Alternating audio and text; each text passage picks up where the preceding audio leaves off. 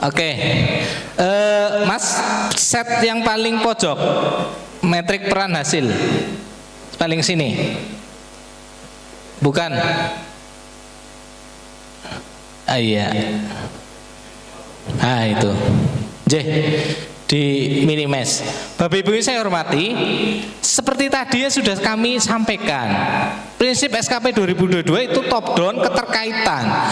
Nah, sebelum menyusun atau membuat SKP, harus kita membuat metrik peran hasilnya dulu. Ini yang paling sulit, mengaitkan mana yang dikaitkan, mana yang sebagai pengait. Ini yang paling sulit. Nah, alhamdulillah kita bisa melewati bersama 2 minggu ini.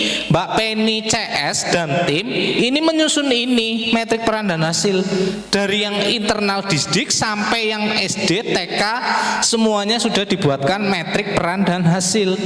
Nanten. Nah, ini metrik peran hasil Disdikpora. Bapak Ibu, tadi disampaikan ada 5 program di Disdik. 1 masuk ke sekretariat, program kedua itu masuk ke bidang, Mas di kuning apa ya diwarnai program sing gue. Enggak, yang situ Mas, program atas outcome antara iya diwarnai kuning Mas. Ya. Terus atau ke bawah kayak gini bisa Mas. KB C warna kuning. Ya. Warna kuning. Ya, Bapak Ibu, yang warna kuning itu adalah program atau rencana kerja yang masuk ke sekretariat. Yang warna kuning. Jadi ada 5 program. Terus Pak Dinas itu 1 sasarannya, yaitu meningkatnya aksesibilitas dan mutu pendidikan. Dah itu sasaran dari rencana kerja Pak Dinas. Dan juga memperhatikan aspek-aspek yang lain. Pertanyaannya sekarang, ketika yang masuk ke sekretariat, berarti teman-teman ASN yang jabatannya nopo Bapak Ibu, yang pejabat penilainya apa, yang kira-kira masuk ke sekretariat, sing pejabat penilainya nang sekretariat, teman-teman pelaksana yang masuk di program ini yang harus ada keterkaitan.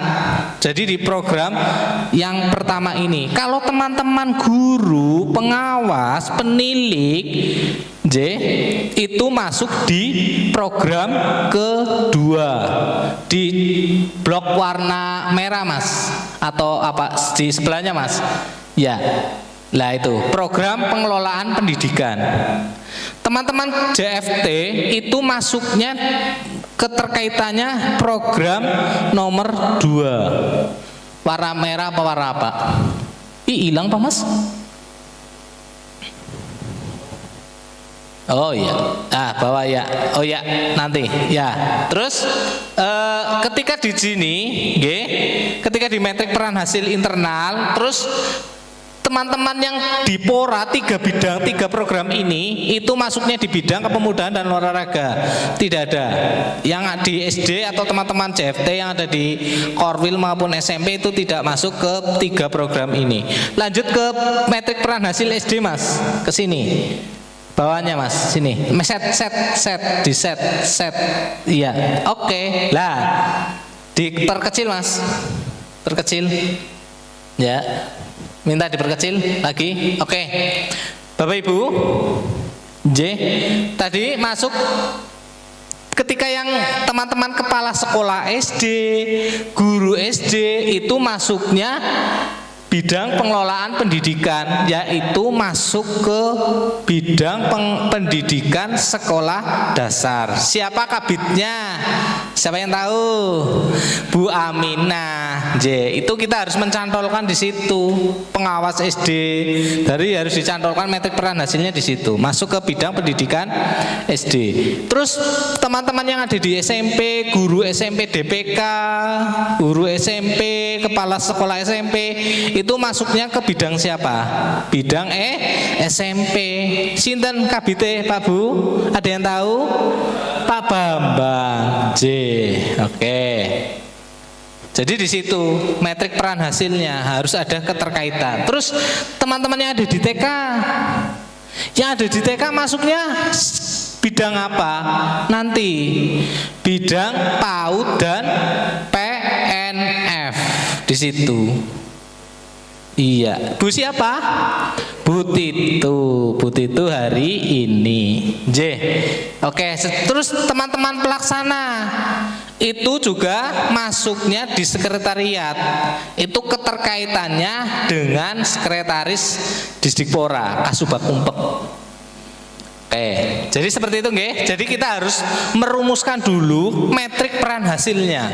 Sudah cantumkan di situ semuanya, nggih, metrik peran hasilnya. Rencana kerja utama dari masing-masing apa, dari masing-masing jabatan ada. Oke, kita lanjut ke contoh SKP-nya Mas, di garis ya bawah, di set paling bawah. Ya di SKP guru Mas. J. Oke. Ya, Bapak Ibu, untuk SKP guru, baik guru SD, SMP maupun guru SMP DPK, pemberlakuannya sama. J. Permenpan nomor 16 tahun 2009 tentang jabatan guru dan akreditnya serta Permendikbud nomor 15 tahun 2018 tentang beban kerja guru. Oke. Nah, yang tadinya di 2021 pejabat penilai guru itu kepala sekolah. Sekarang di 2022 kepala sekolah tidak boleh menjadi pejabat penilai, titik. Jadi semuanya harus naik ke jabatan administrator, yaitu jabatan struktural. Kuncinya di situ. Berarti kepala SKB bisa menjadi pejabat penilai? Tidak bisa. Beliau pemberlakuannya JFT, maka naik ke kita, ke Disdik, jabatan administrator. Jabatan administrator itu terdiri dari Sekdin, Kabid. Tidak, kasih itu jabatan pengawas. J. Jadi Sekdin karo Kabid ke kelas jabatannya kembar, melbune nang jabatan administrator. Nek kasih jabatan pengawas, tapi untuk pengawas JFT Bapak Ibu namanya jabatan pengawas. J. Itu administrator. Kita masuknya ke jabatan pelaksana. Oke Bapak Ibu, ini SKP guru SD. Yang saya contohkan golongannya 3D. Tadi dia guru muda, maka pejabat penilainya Kabid. Kalau masih golongan 3A, 3B, maka pejabat penilainya bukan Bu Aminah. Siapa?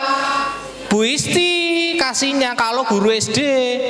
Kalau ada yang japri ke saya, Pak nanggonku anak guru golongannya loro. Siapa pejabat penilainya? Kasih yang membidangi. Kalau SD ya berarti kasih administrasi PTK SD Bu Isti. SMP ya berarti Pak Cahyo, guru golongan loro. Nggih. Terus guru TK ada yang golongannya 2? Ada. Siapa yang menilai? Yang menilai adalah Bu Endang Widuri. Kalau ada guru TK golongan 2, yang menilai adalah Bu Endang Widuri. Kasih PAUD, PNF-nya Pak Purwono, beda lagi nggih. Oke, Bapak Ibu, ini adalah contoh SKP-nya guru. Hampir sama sebenarnya, hanya saja terjadwal guru itu kan ada melaksanakan pembelajaran. Melaksanakan pembelajaran itu kan terdiri dari merencanakan, terus apa lagi Pak? Melaksanakan, evaluasi, terus penilaian ya? Penilaian atau enggak ya? Termasuk ya? Penilaian ya? Iya. Oke. Ini tak pecah-pecah. Nggih. Terjadwalnya rencana program pembelajaran. Untuk angka kreditnya itu pakai angka kredit yang melaksanakan proses pembelajaran. Kuncinya di situ. Nggih. Melaksanakan proses pembelajaran, angka kreditnya sama. Golongan 4A 2975. Golongan 3D berapa? 19,5 ya Pak? Berapa Pak? Pak Edi, golongan 3D berapa ya? 20 berapa ini Bu? Kalau di PAK itu nyos suara ngurusi angka kredit. Pinten Pak Bos? 20 21 Pak ya? Sekitar itu ya? Iya. Golongan 2C 19,5, golongan 3B berapa? 10,5 tulis golongan 3A ya.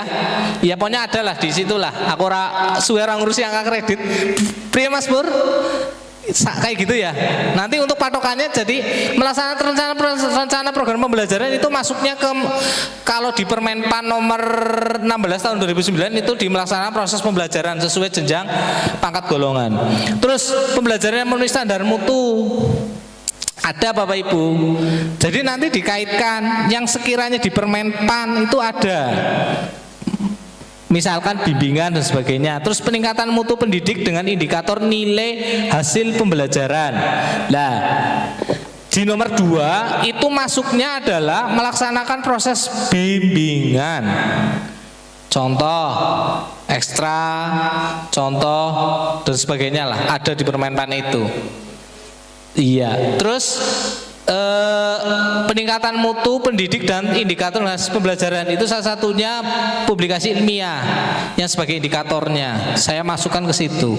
Jadi ketika akan melaksanakan publikasi ilmiah atau membuat karil KTI nanti dicantumkan aja. Nah pertanyaannya, ketika akan dihapus, ketika akan tidak dilaksanakan bisa dikurangi? Bisa. Kembali lagi ke kita yang akan melaksanakan. Tadi prinsip tadi efisien apa ora kayak gue bagi kita. Jadi kita tidak akan membuat sebuah karil atau karya tulis tidak perlu dicantumkan indikator tersebut. Wis, jadi siki udu jumlah rencana kerjane sing akeh, sing penting efisien. Iya, efektif. Wis. Terus kembali lagi ke prinsip awal, tidak ada SKP yang salah, semuanya SKP benar. Yang salah itu yang tidak membuat SKP. Udah, prinsip dari atasan kita kan tadi dijelaskan seperti itu. Oke. Terus Bapak Ibu, untuk menjadi wali kelas ada di Permenpan. Terus pembina OSIS, kalau guru SD tidak ada OSIS ekstrakurikuler, di TK ada napa mboten? Apa? Di TK ada atau tidak? Ekstrakurikuler atau apa Bu? Bimbingan apa? Sing kira-kira apa namanya? Ekstra ya? Iya, ini dimasukkan. Nanti di Permenpan ada paketannya. Pengembangan keprofesian berkelanjutan, itu publikasi ilmiah. Berarti yang sana melaksanakan pengembangan diri, yang atas. Ya, yang atas sendiri itu karya inovatif. Mohon maaf yang nomor 3 tak rubah karya inovatif. Jadi negara membuat karya teknologi tepat guna itu nanti dengan mencantumkan yang nomor 3. Oke, kinerja tambahannya ini. Bapak Ibu referensinya ini sudah tak cantumkan 2 peraturan ini. Silakan nanti dibuka, di-download. Ada di materi ada sudah. Nanti dengan eksekusinya minimal 1 sekolah itu sama isinya. Oke, sudah tak buatkan kerangkanya, mudah. Nanti tinggal copy paste tok. Baik Bapak Ibu, kita akan praktek ke online-nya. Buka dulu online saya Mas di Simpek. Ya, Bapak Ibu silakan ditulis alamatnya Simpek Kebumenkap Personal 2022. Silakan kalau yang bawa laptop, kita jam 12 selesai, titik. Oke. Ya, Bapak Ibu alamatnya di atas Simpek Kebumenkap Go ID Web Personal 2022 atau ketik Simpek Personal. Nggak bawa laptop, bawa HP, silakan dibuka uji coba buat praktek. Langsung Bapak Ibu, ini saya bukakan SKP saya. Saya juga belum mengentrikan. Oke Bapak Ibu. Sebelum ngentri ke SKP, Bapak Ibu harus melihat profil kita dulu. Buka Mas, tombol klik edit. Sudah tahu ya guru-guru TK? Sudah pernah diajari buka? Apa cuma bawa laptop dok? Sudah pernah diajari Bu? Oh sudah. Ibu kepala TK pembina gimana? Bisa buka Simpek mboten? Bisa. Hah? Oh Risa kalau dibuka kena mengkancane. Oke, Bapak Ibu lihat dulu di profil kita ASN ya. Ini saya sebagai contoh saya di sini sebagai pengadministrasi kepegawaian atau pengelola kepegawaian. Oke, di sini yang harus diperhatikan untuk saya pernah mendapatkan informasi TMT-KGB itu harus diisi 1. TMT-KGB. Ya, ini riwayat pangkat TMT-KGB Mas. Di mana ya? Tadi di data utama Mas, data utama. Ya, data utama, masih data utama. TMT KGB itu wajib di data pokok Mas. Iya. Bawah mana ya data pokoknya ya, TH itu. Ini TMT KGB. Ini wajib diisi. Ya, karena saya dapat informasi dari BKD itu TMT KGB itu wajib diisi. Terus Bapak Ibu untuk pangkat, golongan dan sebagainya itu BKD yang mengentrikan. Terus ke posisi jabatan. Klik posisi jabatan Bos Wahyu. Oke. Sebelahnya Bos. Data utama. Di data utama Bos. Ya. Oke, data utama, posisi jabatan. Klik situ. J. Lanjut ke bawah. J.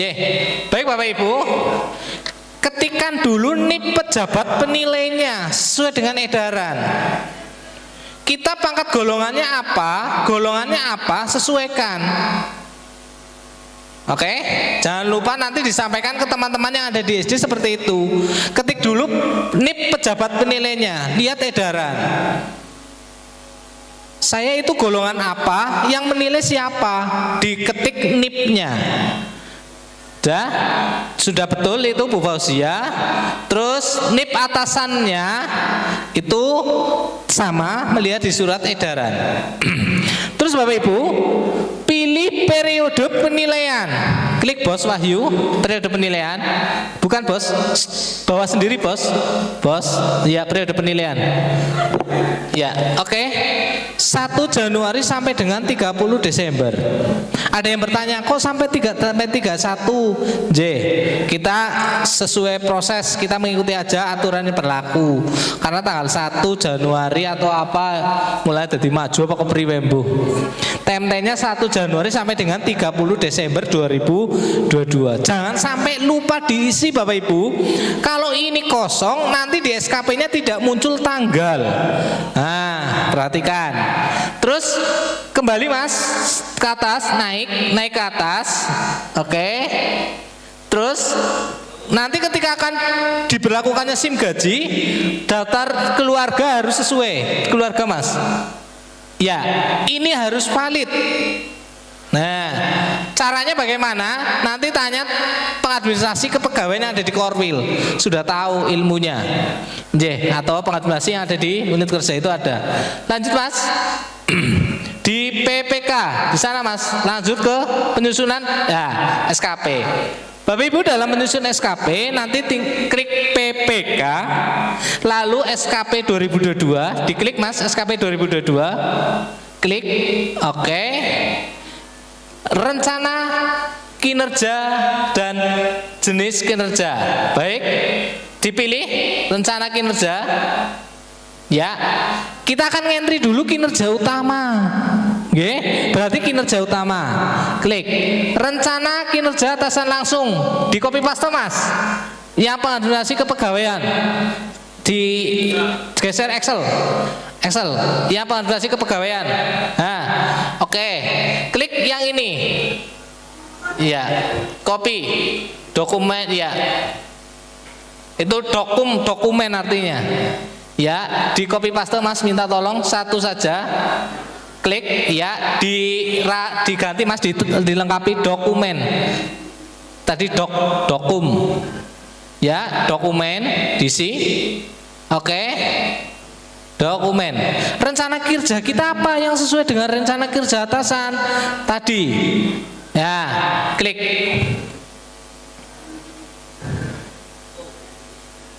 Copy paste. Oke. Terus aspek kuantitas, ya diisi Mas, aspek kuantitasnya. Jumlah pelaksanaan kegiatan.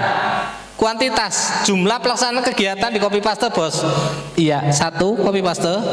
Masukkan. Oke. Targetnya berapa? Tadi di draft.